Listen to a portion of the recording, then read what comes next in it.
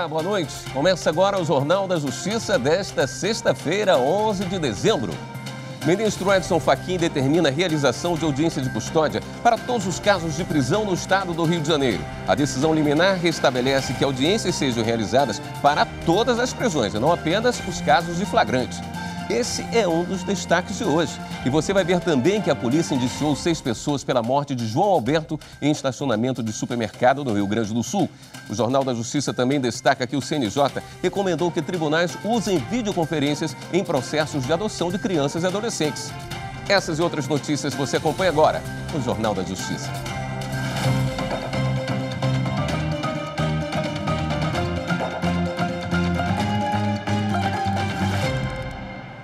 O ministro do Supremo Tribunal Federal, Edson Fachin, determinou a realização de audiências de custódia para todos os casos de prisão no estado do Rio de Janeiro. A decisão foi tomada com base num pedido da Defensoria Pública.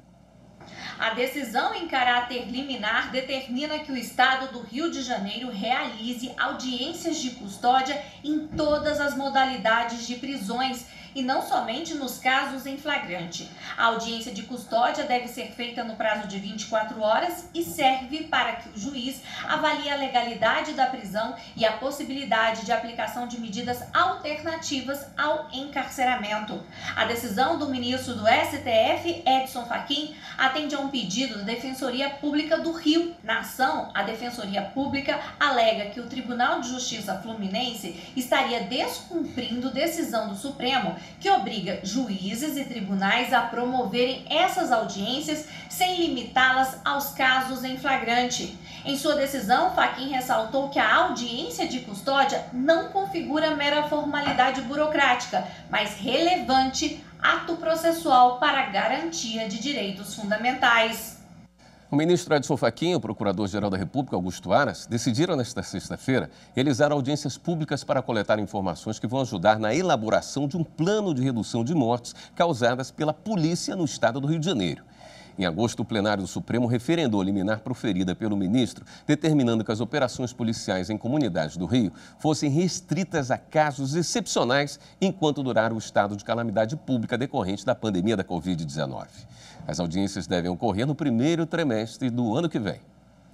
E em sessão do plenário virtual, o Supremo decidiu que o julgamento de crimes de menor potencial ofensivo pela justiça comum é constitucional.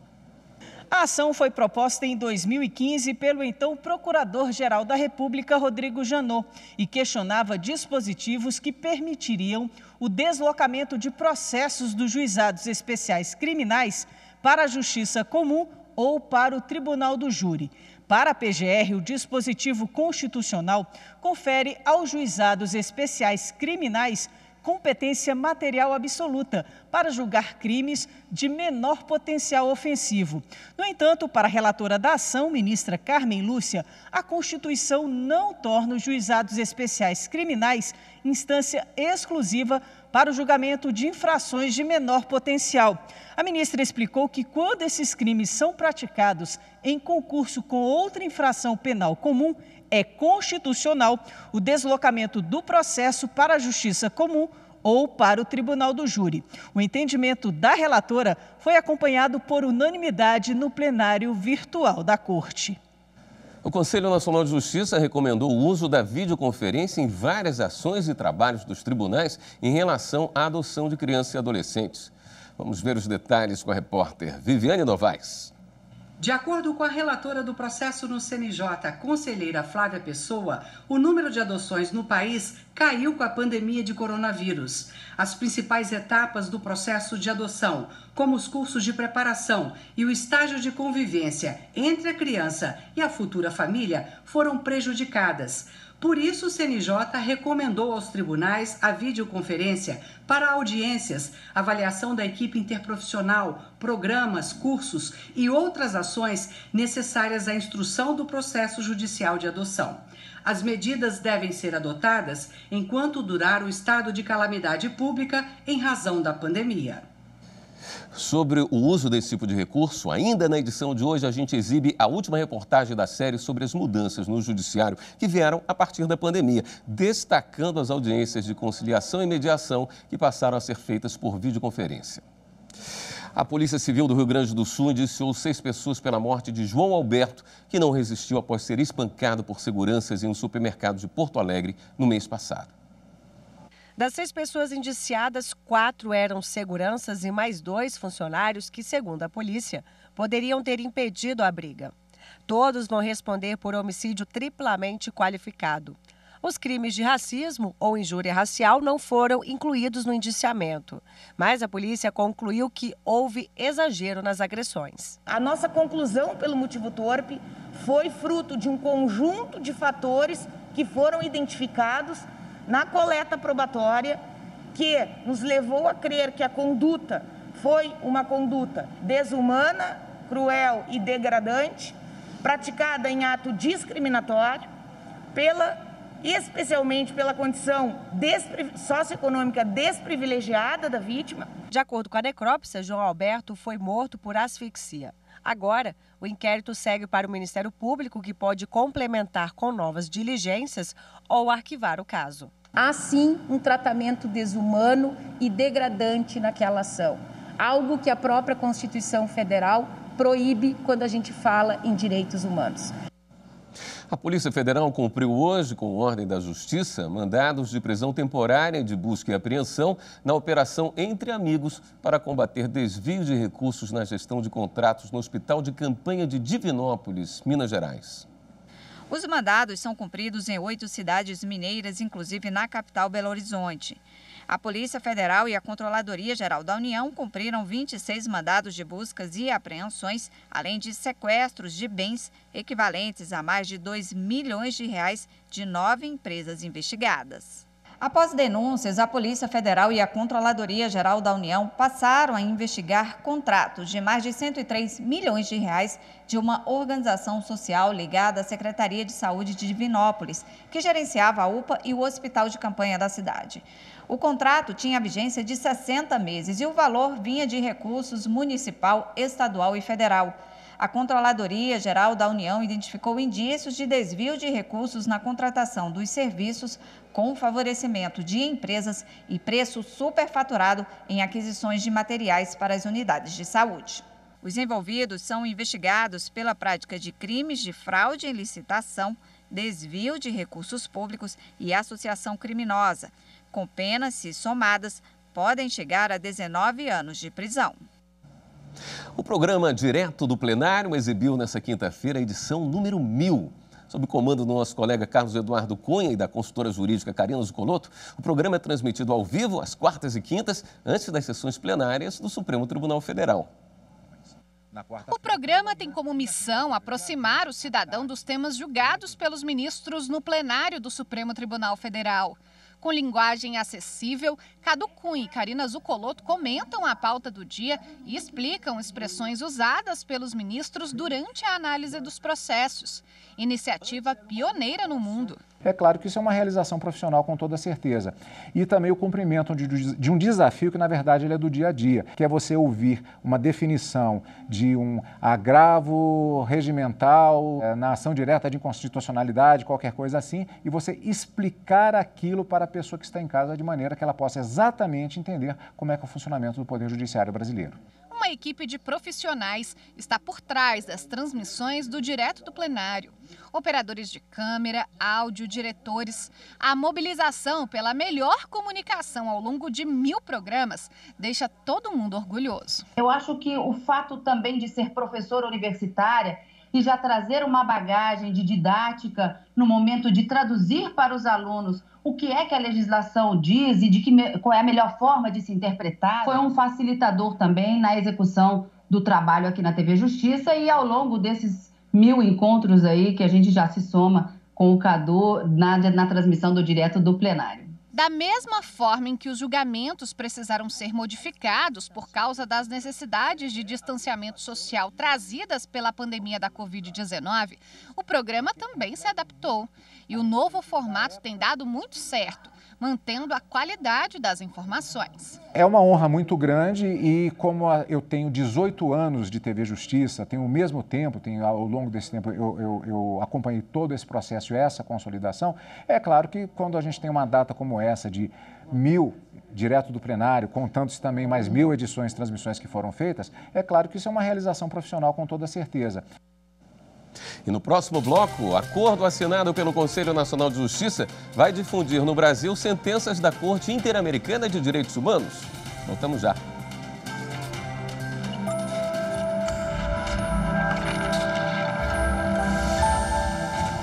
A Constituição Federal de 1988, também conhecida como Constituição Cidadã, tem um viés fundamentalmente garantista através dos direitos e garantias fundamentais de primeira, segunda e terceira geração, sobretudo os direitos trabalhistas constitucionais disciplinados no artigo 7º da referida Constituição.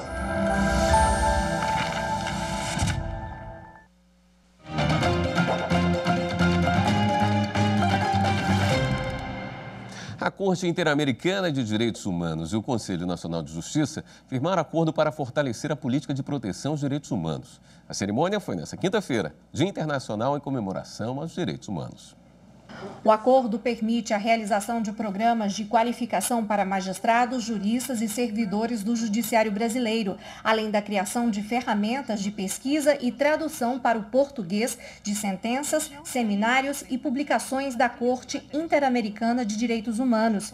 Na abertura da cerimônia, transmitida por videoconferência, o presidente do Supremo Tribunal Federal e do Conselho Nacional de Justiça destacou que o Observatório de Direitos Humanos do Poder Judiciário, instituído pelo CNJ, também vai acompanhar as ações e sentenças da Corte Interamericana, uma iniciativa inédita.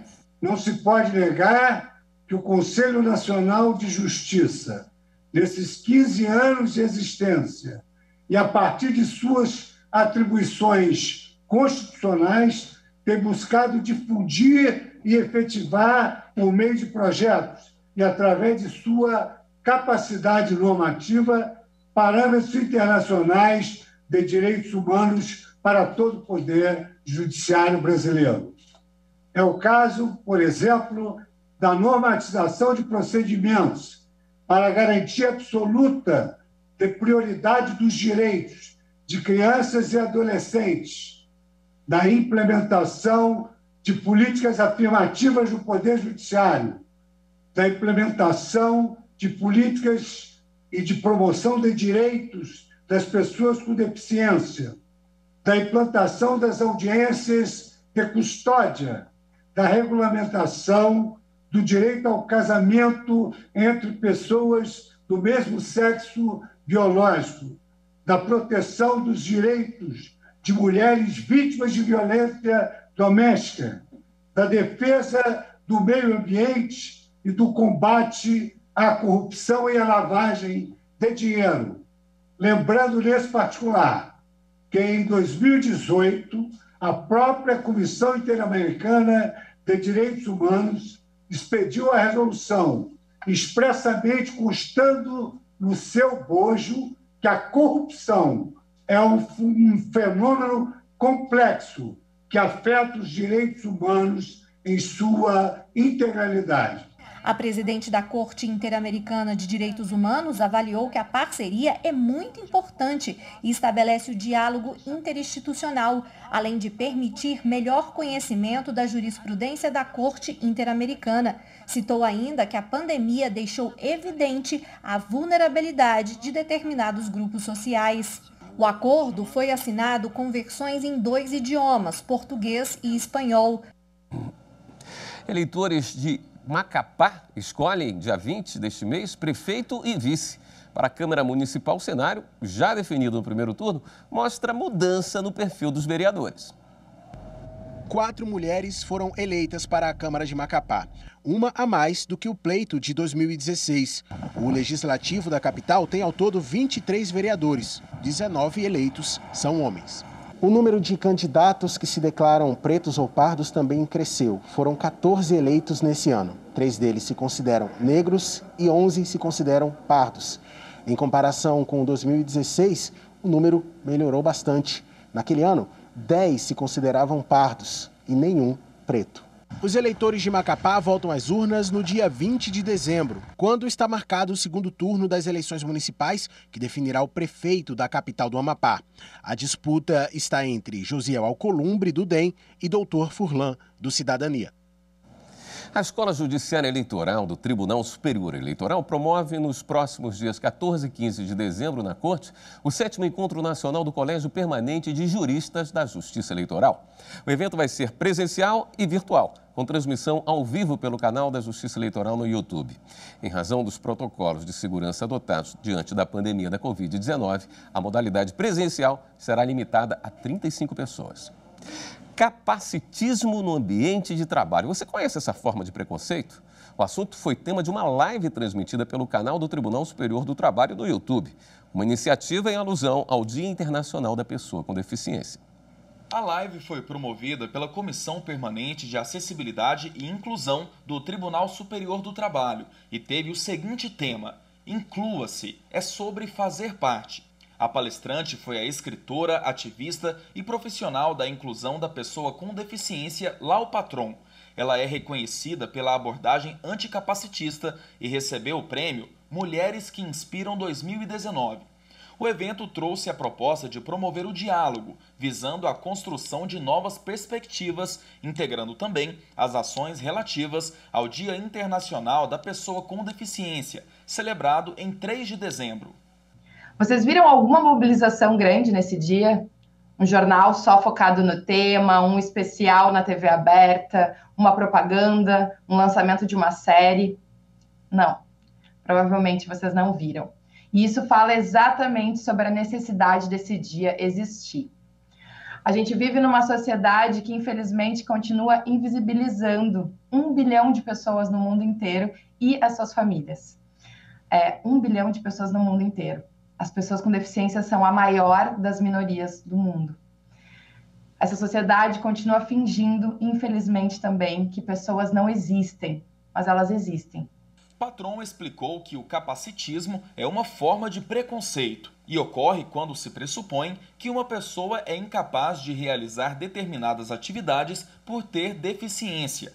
Então, quando essa pessoa realiza determinada ação, o feito dela é superdimensionado e recebe elogios exagerados. A pessoa com deficiência tem tanto direito quanto qualquer um de nós de tomar as suas decisões, de optar por desafios, de saber que sim, vai ser difícil e querer mesmo assim tentar.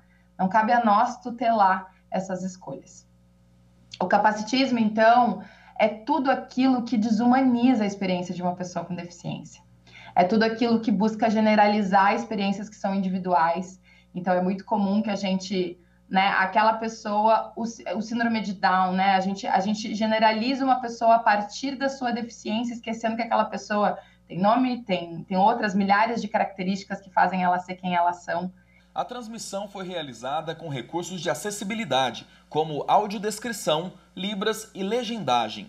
Ekaterine, servidora do TST, participou da abertura do evento e demonstrou uma das funcionalidades.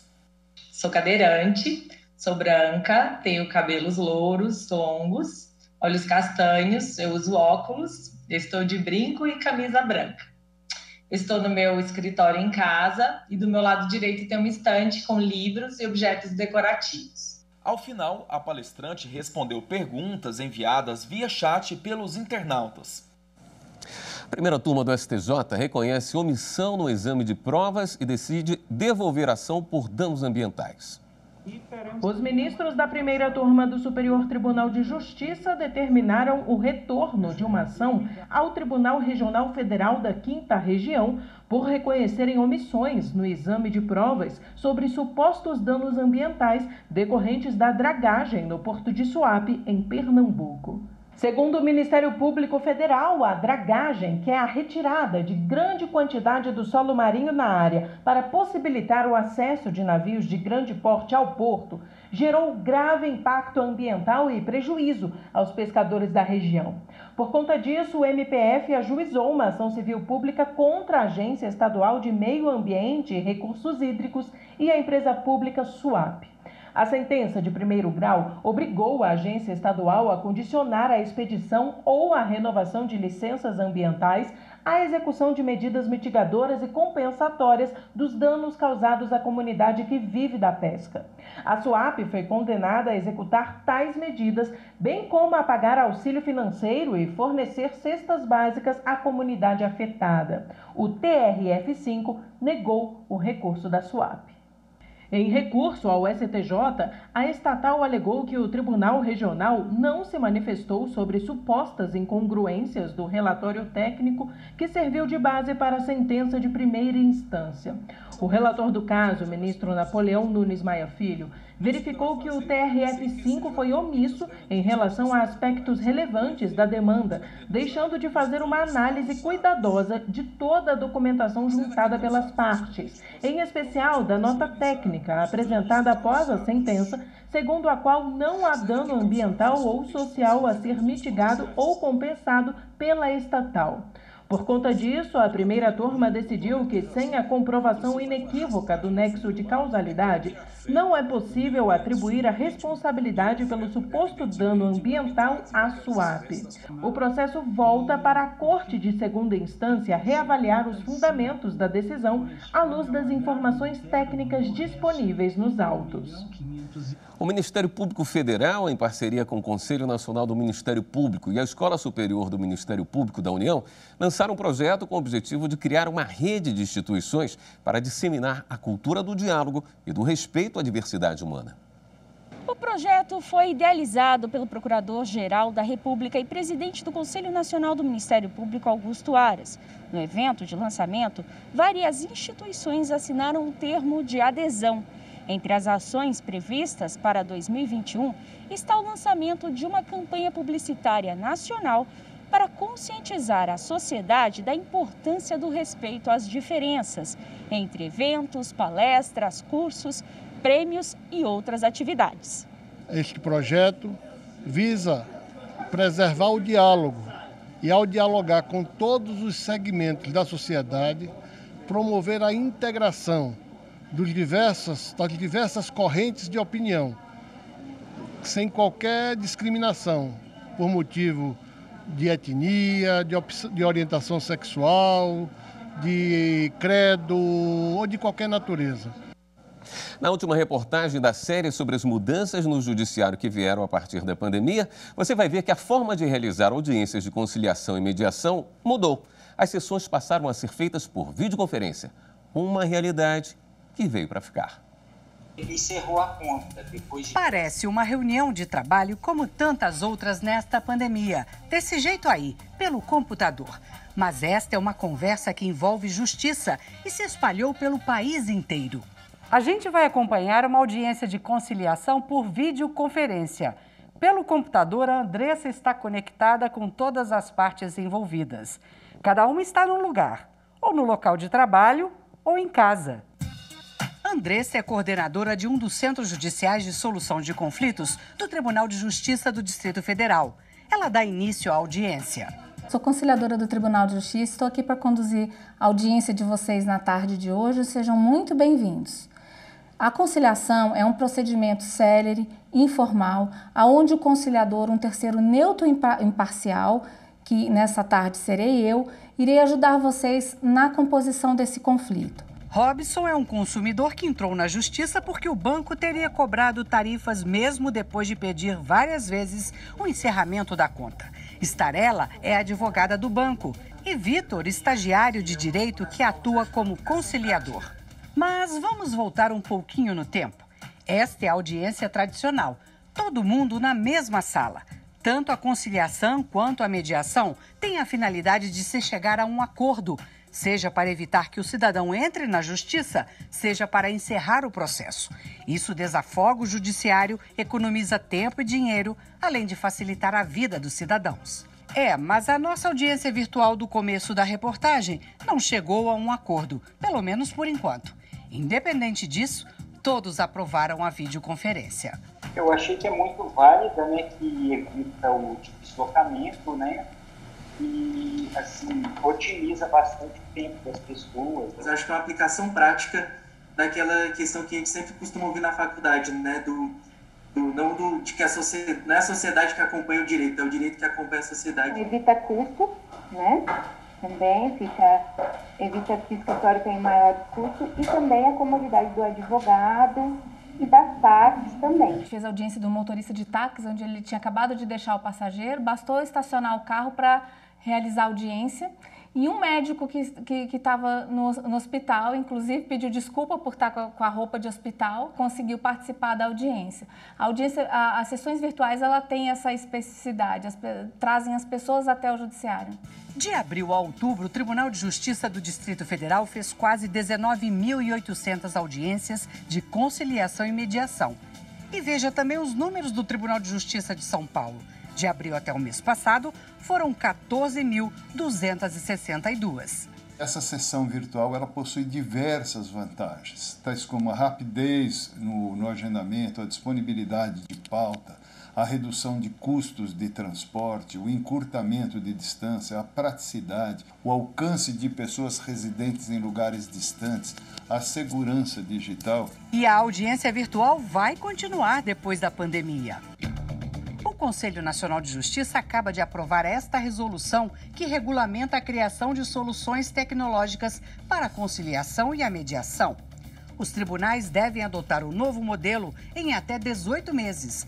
O sistema informatizado deve estar integrado com o Cadastro Nacional de Mediadores e Conciliadores do CNJ.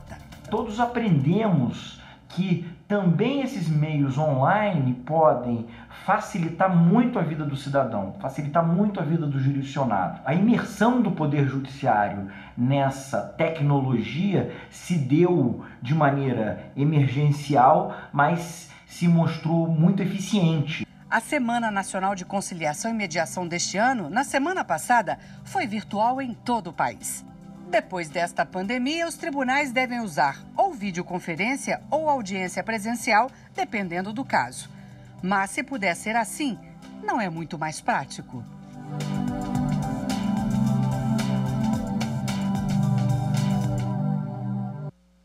Depois do intervalo, você vai saber os assuntos que foram destaque na internet. Mariana Xavier já está aqui com a gente hoje. Boa noite, Mariana. Tudo bem, William? Boa noite. Assunto do dia. Vamos lá, assunto do dia.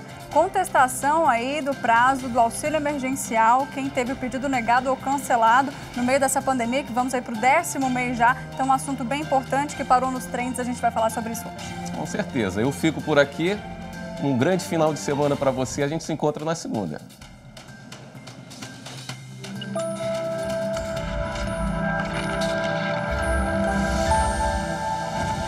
A Constituição tem uma importância imensurável, porque na Constituição estão previstos direitos fundamentais, como o direito à vida, à saúde, à dignidade da pessoa humana, combate à pobreza e até mesmo os freios, os limites do poder público, para um possível abuso de poder.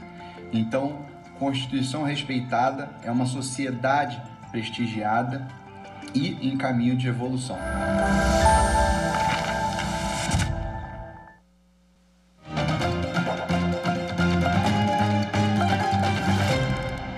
Estamos de volta e o quadro Pauta do Dia de hoje fala sobre o novo prazo de contestação do auxílio emergencial para aqueles que tiveram o pedido negado ou cancelado. Desde o início da pandemia, o governo já pagou esse auxílio para mais de 68 milhões de brasileiros. Mas mesmo assim tem muita gente que não conseguiu receber nem a primeira parcela.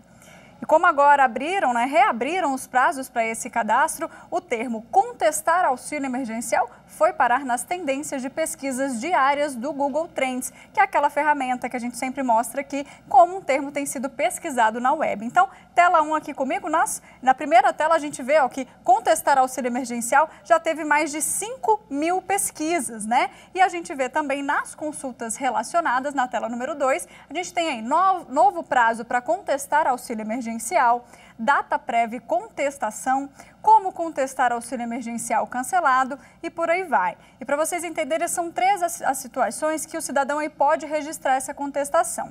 A primeira é a seguinte: quem teve a extensão do auxílio de R$ 300 cancelada depois da reavaliação do governo federal.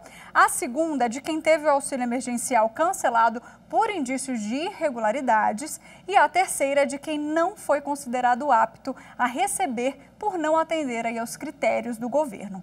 Então, o assunto é complexo e para a gente entender melhor, eu converso agora com Carlos Gomes, que é advogado especialista em processo civil, e também com a Juliane Salles, que é do Instituto Brasileiro de Direito Previdenciário. Carlos, Juliane, boa noite. Vocês me ouvem bem? Tudo certo?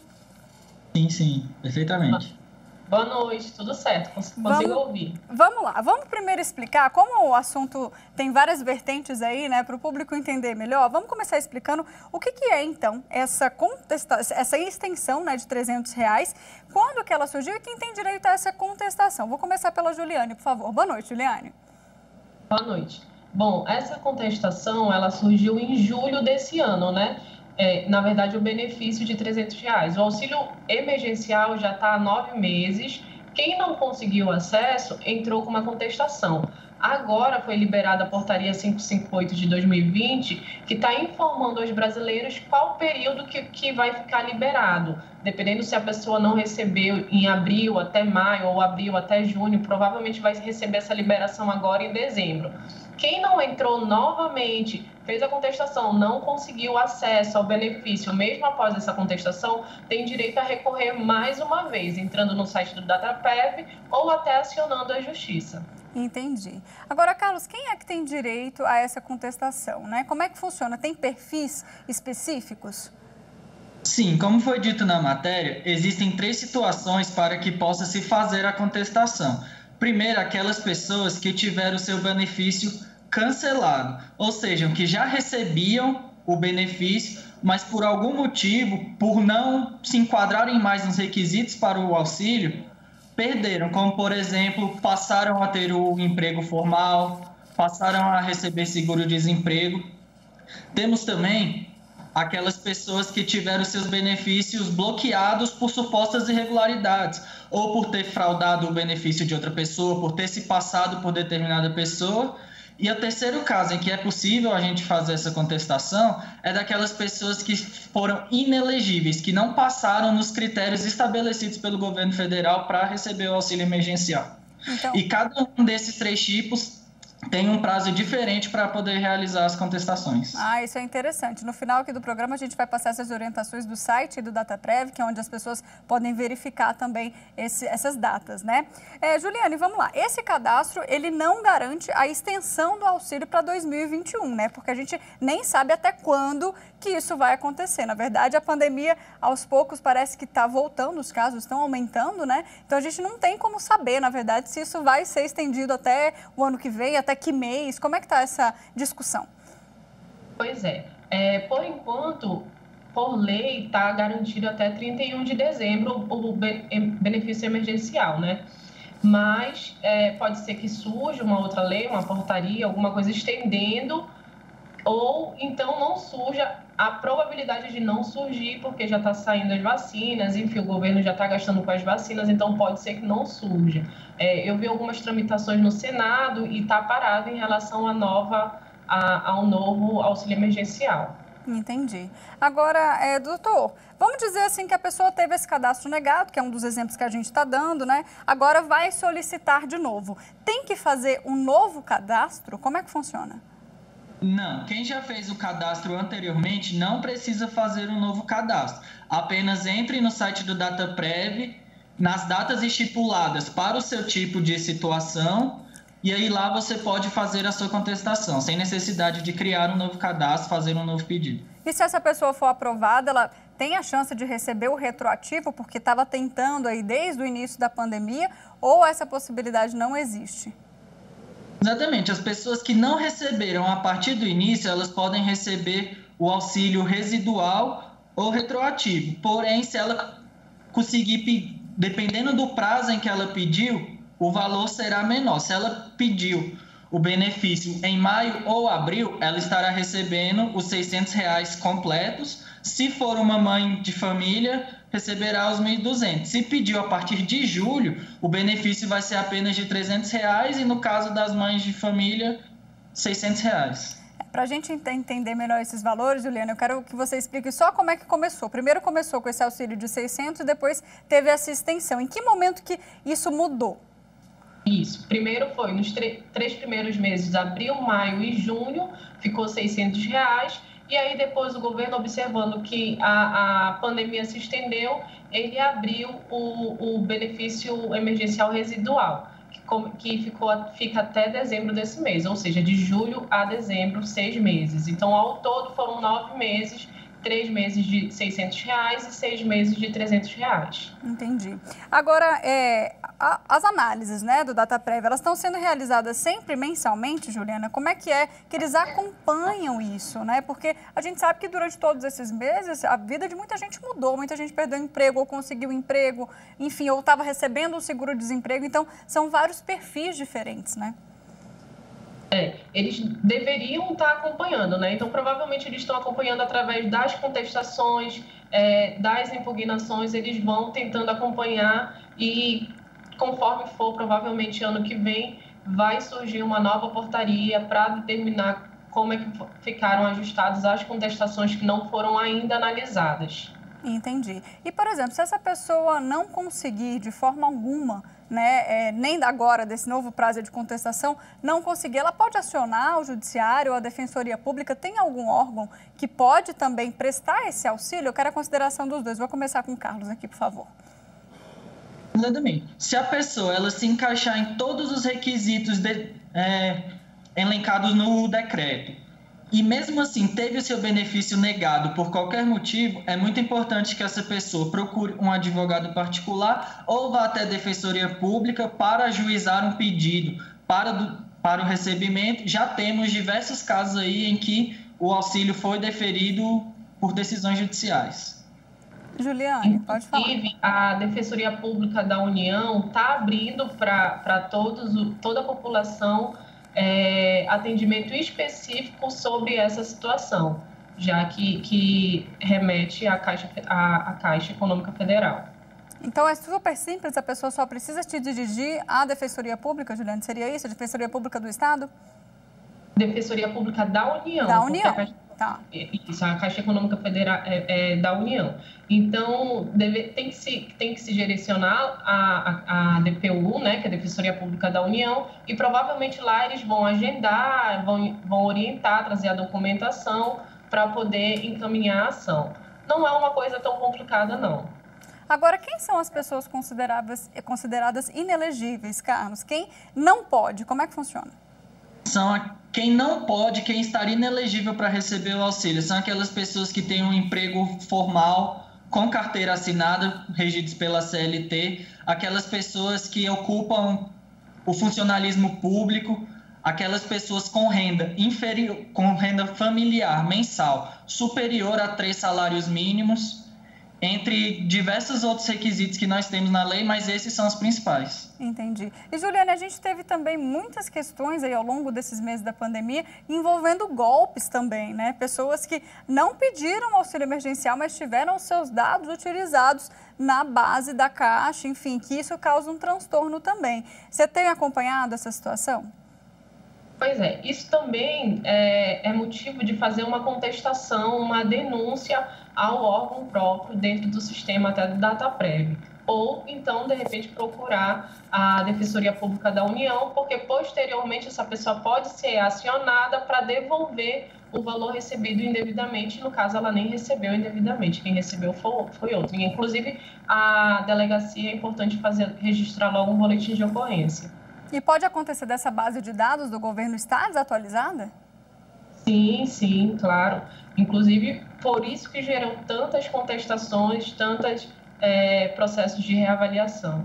Agora vamos para um exemplo prático, para ver se a gente consegue abarcar aqui vários tipos, né, vários perfis, para ver se ajuda você aí de casa. Por exemplo, estava recebendo o seguro-desemprego, deixei de receber o seguro-desemprego, não tenho mais direito e não estou empregada. A partir daí, Carlos, eu tenho direito, eu posso fazer o cadastro e começar esse pedido aí do auxílio ou não? Olha, no momento não estão abertos prazos para inscrição de novos pedidos. No momento, os prazos abertos são apenas para contestação daquelas pessoas que já fizeram o seu cadastro por algum motivo teve negado. pode ser que, porventura, com a extensão do decreto, com a extensão da situação de calamidade pública e, consequentemente, do auxílio, pode ser que venha haver a abertura de novos pedidos de inscrição, mas, no momento, esse prazo é apenas para contestações. Entendi. E, Juliane, a gente está falando aqui de mudanças, né, que durante esses meses várias pessoas tiveram as vidas transformadas e tem também pessoas que acabaram conseguindo emprego mesmo na pandemia. Esse pessoal que estava aí recebendo auxílio, conseguiu um emprego, o que eles devem fazer? Devem informar o governo e, se não informarem, qual que é, né, a punição? Pode ter que devolver lá na frente esse valor do auxílio? Sim. Quem estava recebendo o auxílio e posteriormente veio a trabalhar ou então receber algum benefício do INSS, enfim, deve informar o governo para paralisar o pagamento do benefício assistência emergencial. E caso ele continue recebendo, posteriormente pode ser acionado, com certeza vai ser acionado pela União para a devolução desses valores. Inclusive, eles já começaram a articular essa situação. E quem recebe o Bolsa Família, Carlos, tem direito? Porque existem vários programas, né, sociais do governo, o Bolsa Família é um deles que ainda existe. Essa pessoa também tem direito ao auxílio ou não? Sim, quem está no Bolsa Família tem direito ao auxílio emergencial, porém o valor pode vir a não ser o cheio. Será um valor residual, dependendo do valor que você recebe de Bolsa Família, e a prioridade vai ser para aquele benefício que tem o maior valor. Se o Bolsa Família, que a determinada pessoa recebe, for maior que o valor do auxílio emergencial, ela não irá receber, ela irá continuar recebendo o Bolsa Família. Agora, caso o valor do auxílio seja maior que o do Bolsa Família, aí ela receberá o auxílio e será complementado com o Bolsa Família até dar o valor de R$600. Entendi. Agora, caso esse auxílio ele seja ampliado mesmo para 2021, né, se a gente tiver um cenário aí bem preocupante, pode ser que tenha aí, Juliane, alguma restrição nesses perfis que continuariam recebendo, né? A gente sabe que o Brasil é um país bem extenso, né, dimensões continentais, então é difícil a gente ter esse controle todo, né? Olha, já houve uma sondagem de que provavelmente quem continuará recebendo seria quem recebe Bolsa Família. Então, pode ser aqueles que recebem Bolsa Família, pode ser aqueles que têm um cadastro único atualizado, então pode ser aquelas pessoas que estejam com as informações perante o governo mais atualizadas que recebam ano que vem. Mas ainda está nessa discussão, ainda não tem nada confirmado. Agora, tem uma discussão, Juliane, que eu quero trazer aqui para a gente, que é a questão das mulheres que são chefes de família, né? Algumas pessoas chegaram a questionar a questão também que existem homens que tomam conta, né? Que são os homens de família. Existe uma discussão para alguma atualização nesse caso ou não? É só mesmo, né, só as mulheres chefes de família que têm direito a esses R$1.200? Pois é, foi lançada essa discussão, pediram para alterar a lei, mas até o momento não foi alterada, continua as mulheres chefes de família. Mas a informação é de que eles estavam aceitando também os pais de família que conseguissem comprovar que era só ele do lar, ou então essa pessoa, caso não consiga comprovar, vai ter que também acionar a justiça, se não conseguir através de contestação. Entendi. Agora, existem também vários benefícios, né, que foram liberados nesse meio de pandemia. Existe também o benefício que é o benefício emergencial, também que o pessoal confunde muito com o auxílio. Vocês conseguem me explicar a diferença? Sim. Posso? Pode, doutor, fica à vontade. Até eu, porque eu trato muito de benefício, eu sou da área mais previdenciária. E os termos são parecidos, né? O benefício emergencial, mas o benefício emergencial é para quem recebia ou recebe auxílio-doença, não conseguiu comprovar, teve que apresentar no INSS laudo para receber na verdade, é o auxílio emergencial. Aí recebe um salário mínimo durante o tempo determinado no laudo e depois tem que fazer esses pedidos. É através de laudo que apresenta no INSS e é de um salário mínimo. Quer complementar, Carlos? Eu acho que a doutora já explicou tudo que é pertinente ao tema. Perfeito. Bom, então uma última dúvida aqui. Em relação às pessoas que, porventura, perderam o emprego durante a pandemia e ainda querem, eles conseguem contestar apenas se já tiverem feito essa primeira tentativa, seria isso? Isso, exatamente. Nesse primeiro momento não estão abertas inscrições, apenas para contestação. Pode ser que aquela pessoa, durante o seu emprego, seu vínculo empregatício, fez o pedido, esse pedido foi negado, agora ela poderá fazer o novo pedido, já que ela já tem um cadastro, e aí a DataPrev irá fiscalizar, irá averiguar aquela situação para ver se será deferido ou não o benefício. E, doutora Juliana, existe a possibilidade mesmo de, em 2021, as pessoas que receberam indevidamente terem que pagar esse valor, reembolsar o governo? Sim, sim, existe grande possibilidade. Inclusive, o governo já está começando a tratar essa questão de quem recebeu, já está começando a apurar, fazer esse levantamento para solicitar dos cidadãos. Perfeito. Bom, essas foram as dúvidas principais, então, tanto dos internautas, para a gente esclarecer. Vocês querem adicionar mais alguma questão? Que às vezes os clientes procuram vocês com algumas dúvidas, aqui é o espaço para a gente tirar a dúvida, né? Acho que é importante a gente informar que apenas 2 pessoas por família podem receber o auxílio emergencial e existe um grau de hierarquia para esse recebimento. O grau de prioridade são as mulheres, depois das mulheres, as pessoas mais velhas, caso não havendo pessoas mais velhas, aquelas que têm a renda mais baixa e, por último, o critério de desempate para o auxílio dentro da própria família será o critério de ordem alfabética do nome. Entendi. Doutora Juliane? Sim, o que eu queria acrescentar é que agora em dezembro vai sair as parcelas das pessoas que estavam em atraso, que estavam em avaliação do pedido. Então, ter um anexo nessa portaria 558 de 2020 que está explicando de que forma vai ser o pagamento, porque cada mês de nascimento é uma forma específica de pagamento. As datas são bem confusas, né? Tem mesmo que recorrer ao site oficial para a gente conseguir entender e se programar. Bom, é isso. Carlos, agradeço demais a sua participação aqui com a gente, viu? Muito obrigado. Uma boa noite a todos. Juliane, agradeço também seus esclarecimentos aqui. Obrigada. Boa noite. Bom, para você, então, fazer essa contestação é preciso ir ao site da DataPrev. Então, anota aí, olha, consultaauxilio.dataprev.gov.br. Vou repetir, consultaauxilio.dataprev.gov.br. O Pauta do Dia, então, fica por aqui. O Jornal da Justiça volta amanhã. Amanhã não, que amanhã é final de semana. Um ótimo fim de semana e até segunda, gente. Tchau, tchau.